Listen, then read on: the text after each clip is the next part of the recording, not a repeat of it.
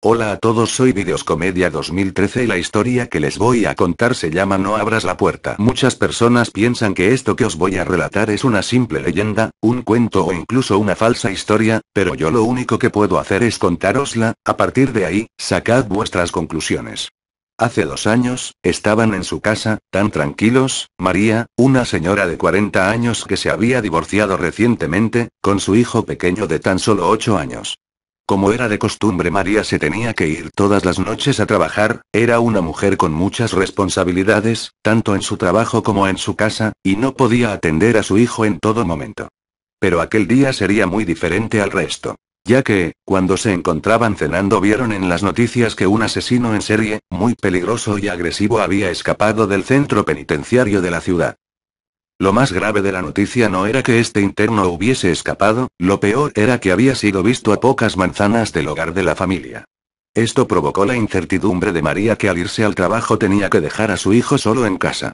María, para prevenir desgracias, cerró las ventanas, puertas, y le explicó lo siguiente a su hijo. No abras ninguna ventana ni las puertas. Aunque llevo las llaves, por si ocurre algo, yo golpearé 3 veces seguidas la puerta o simplemente me reconocerás por la voz y entonces sabrás que soy yo. Llegado el momento, María se fue a trabajar y dejó a su hijo solo. Este, lleno de miedo, cerró la puerta a cal y canto y se puso a ver la tele para relajar la mente. Al cabo de rato, el chico ya estaba dormido cuando de pronto llaman a la puerta. Pon. Pon. El chico se despertó y aterrado se dirigió muy despacio hacia la puerta y dijo: ¿Eres tú, mamá? La respuesta vino con otra serie de golpes acompañados de un susurro escalofriante que decía: ábreme la puerta. El niño atemorizado huyó hacia su habitación, donde se pasó la noche llorando y esperando a que llegase su madre, hasta tal punto que se quedó dormido. Al día siguiente, cuando se levantó, se dio cuenta de que su madre no había vuelto. Y aún con miedo se dirigió a la puerta que conducía a la salida de la casa y se encontró a su madre con las piernas cortadas, por lo que no pudo llegar al timbre, la lengua cortada, por lo que no le pudo reconocer la voz, y totalmente ensangrentada. Desde ese día este chico tuvo que ser hospitalizado en un psiquiátrico y no pudo dormir sin sufrir constantes pesadillas. Bueno amigos, esa fue la historia, espero que les haya gustado. XDDD. La segunda historia se llama Agujas ocultas con SIDA. Maite se disponía a pasar un agradable día de playa con su familia. Los niños, al detenerse el coche en el parking que había a pocos metros del mar, salieron corriendo hacia la arena mientras ella y su marido bajaban del coche las bolsas de toallas, la pequeña nevera portátil donde llevaban las bebidas, la sombrilla y un par de bolsas más con los juguetes de los pequeños. Sin embargo, la armonía y la felicidad pronto se vio truncada cuando Sara, la más pequeña de la familia, empezó a llorar como loca mientras se sujetaba uno de sus pequeños piececitos con las manos. Maite y su marido corrieron de inmediato a su rescate, probablemente se habría cortado con algún cristal enterrado en la arena. Pero por desgracia todo era mucho peor de lo esperado. La pequeña Sara parecía tener algo clavado, un pequeño trozo de metal que Maite inmediatamente reconoció como una aguja, extrajo el fragmento que parecía haberse roto y buscó rápidamente entre la arena el otro trozo para evitar que alguien más se lo pudiese clavar. Su corazón dio un vuelco cuando, tras remover un poco bajo sus pies, encontró una jeringuilla con restos de sangre fresca que alguien había enterrado con la aguja apuntando hacia arriba. Estaba claro que algún desalmado la había situado de esa forma, como si se tratara de una trampa para animales, para que algún despistado la pisara. Maite y su marido de inmediato decidieron llevar a la niña al hospital cercano para que le realizaran unas pruebas y comprobaran si la sangre que había en la jeringuilla estaba contaminada con algún tipo de droga. El médico de guardia trató de tranquilizar a los padres, explicándoles que era muy improbable que al pisar una jeringuilla la droga se pudiese haber inoculado en su torrente sanguíneo.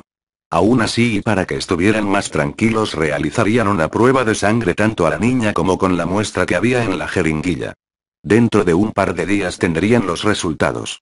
Salvo por un poco de dolor en la planta del pie, Sara se recuperó tan rápido que sus padres prácticamente habían olvidado el suceso, y cuando 2 días después recibieron una llamada del hospital se quedaron sorprendidos. El médico les citó en su consulta, nos les dio más información al respecto, por lo que quedaron muy preocupados.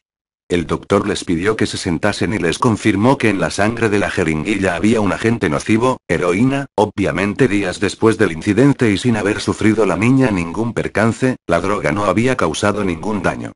Pero lo más alarmante es que la sangre estaba infectada con SIDA y la muestra que el matrimonio llevó era bastante fresca, por lo que era posible que se hubiera producido un contagio.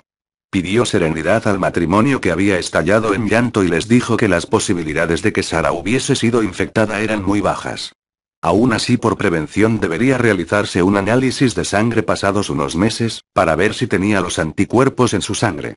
Maite, al llegar a casa, empezó a buscar información en internet al respecto y quedó asustada al ver la cantidad de casos de contagio y de personas que se habían pinchado accidentalmente con una jeringuilla infectada. Al parecer, algunos drogadictos con el virus del SIDA dejaban las agujas en lugares estratégicos como las sillas del cine, buzones, máquinas de refrescos, en parques infantiles o, como era el caso de su hija, enterradas en la arena de la playa. Lo hacían con la intención de contagiar a la mayor cantidad de gente posible, sabiéndose desahuciados y con pocos años de vida.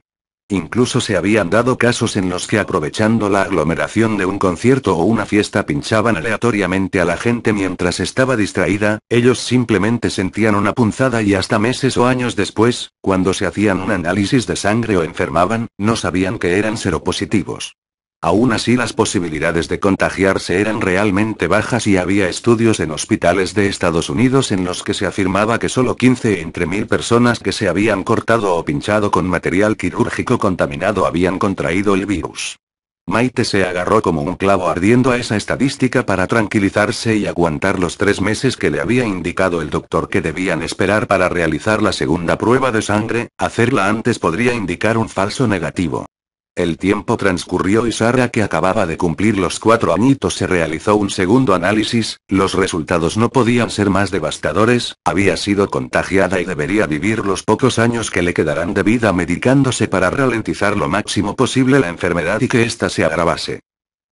Guajajajajajajajaja, tú no sabes contar historias de terror XDD. Yo les contaré una buena historia de terror XDD. La historia se llama El diálogo en la discoteca XD.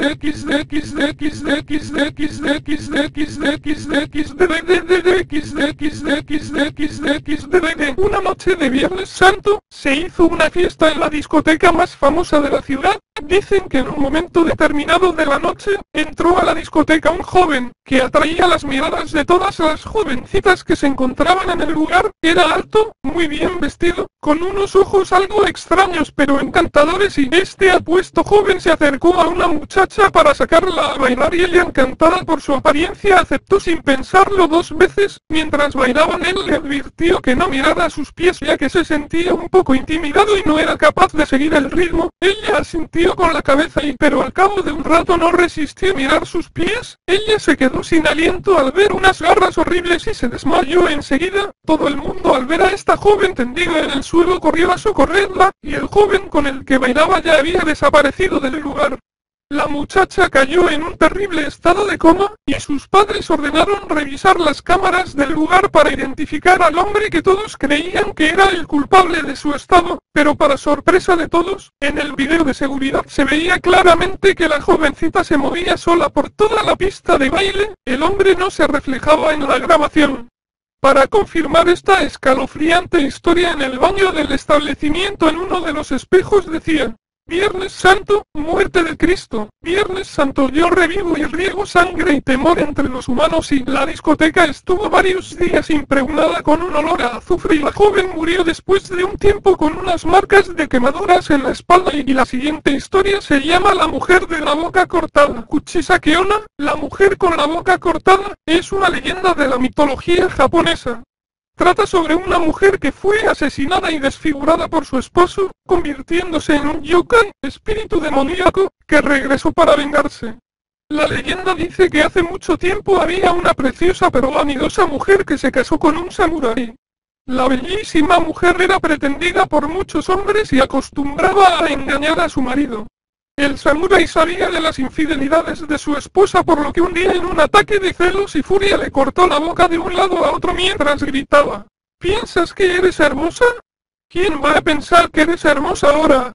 Se dice que desde entonces una mujer con la cara tapada por una máscara como la que usan los cirujanos, vaga por las calles de Japón. Cuando encuentra a un hombre joven, mujeres, según otras versiones, se acerca y les pregunta con el rostro cubierto: ¿Soy hermosa? Atashi Kirei. Recordemos que en Japón el uso de máscaras para evitar enfermedades y no respirar el aire contaminado es bastante habitual, por lo que los chicos normalmente al ver sus bonitos ojos y sus suaves rasgos responden que sí. En ese momento la mujer retira la máscara dejando al descubierto la horrible hendidura que se extiende de oreja a oreja con una escalofriante sonrisa. Y les pregunta de nuevo, ¿y ahora? ¿Korigemo? Todo aquel que dice que no, se asusta, grita o muestra el miedo en su cara es atacado por el espíritu que con unas tijeras gigantes les corta la cabeza. Si la víctima responde de nuevo que sí, solamente le cortará la boca de lado a lado para que sufra su misma suerte. En otras versiones, si respondes afirmativamente las dos veces, la mujer te seguirá hasta la puerta de casa donde te asesinará igualmente, ya que kirei en japonés para hermosa o linda es muy parecido a decir kire, que significa cortar.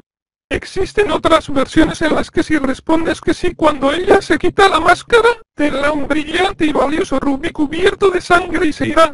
Es imposible escapar de Kuchisake Onna, puedes salir corriendo pero aparecerá frente a ti de nuevo. Hay varias formas de escapar que varían según la versión de la leyenda. Puedes contestar con otra pregunta. ¿Y yo? ¿Soy hermoso? Eso confundirá al espíritu que se quedará pensativo dándote tiempo a escapar. También puedes llevar dulces contigo y se los tiras o simplemente se los ofreces, quedará contenta con el regalo y te permitirá marcharte. Guau, gatito Tom, espero que nunca se me aparezca porque me voy a morir de un infarto si se me aparece XD. Bueno, la siguiente historia se llama La Descarnada. La versión más conocida de La Descarnada viene de El Salvador y tiene como escenario las carreteras de dicho país, sobre todo la que va de Santa Ana a Chalchuapa. A diferencia de otras leyendas que están más ancladas en el terreno del mito, esta permanece activa en el imaginario popular, pues son muchos los individuos que han afirmado ver a la escalofriante Descarnada. La leyenda cuenta así. En las carreteras desoladas solía aparecer una mujer de gran belleza. Sola, con ropas provocativas y actitud sensual y coqueta, haciendo autoestop al borde del camino, esperando al incauto que la recogiera. Una vez que el hombre, solo tentaba a los varones, ante la oportunidad de tener una aventura con la mujer, detenía su coche y le preguntaba a dónde iba, la misteriosa mujer respondía siempre que a un sitio no muy lejano, localizado apenas a pocos kilómetros. Así, los hombres nunca dudaban en subirla. Pero, ya dentro del vehículo, la mujer empezaba a mirarlos de manera provocadora, a realizar movimientos tentadores y a seducirlos. Finalmente los inocentes hombres detenían el vehículo y comenzaban a acariciarla y a besarla, pero he allí que el deseo se tornaba en asco y el placer en terror. En efecto, la alguna vez bella dama se transformaba en una especie de asquerosa muerta viviente cuya piel se desprendía poco a poco, quedando entre las manos del hombre restos de piel y músculo. Incluso una vez que el hombre quedaba paralizado por el miedo y detenía sus caricias, el proceso de descomposición y degradación continuaba hasta que la mujer se presentaba como un esqueleto viviente y, según cuentan, todo aquel que la llegase a ver quedaba en estado de shock. Confundido, incapaz de hilar palabras que pudiesen explicar lo sucedido. Presa del miedo absoluto, como si acabase de despertar de la más vívida pesadilla. No se sabe bien origen de la extraña mujer, pero muchos afirman que se trata del espíritu de una perversa hechicera. Bueno amigos, eso fue todo, espero que les guste y visiten el Facebook de Mecha Rodríguez, el que escribe las cosas que dice Gatito Tom.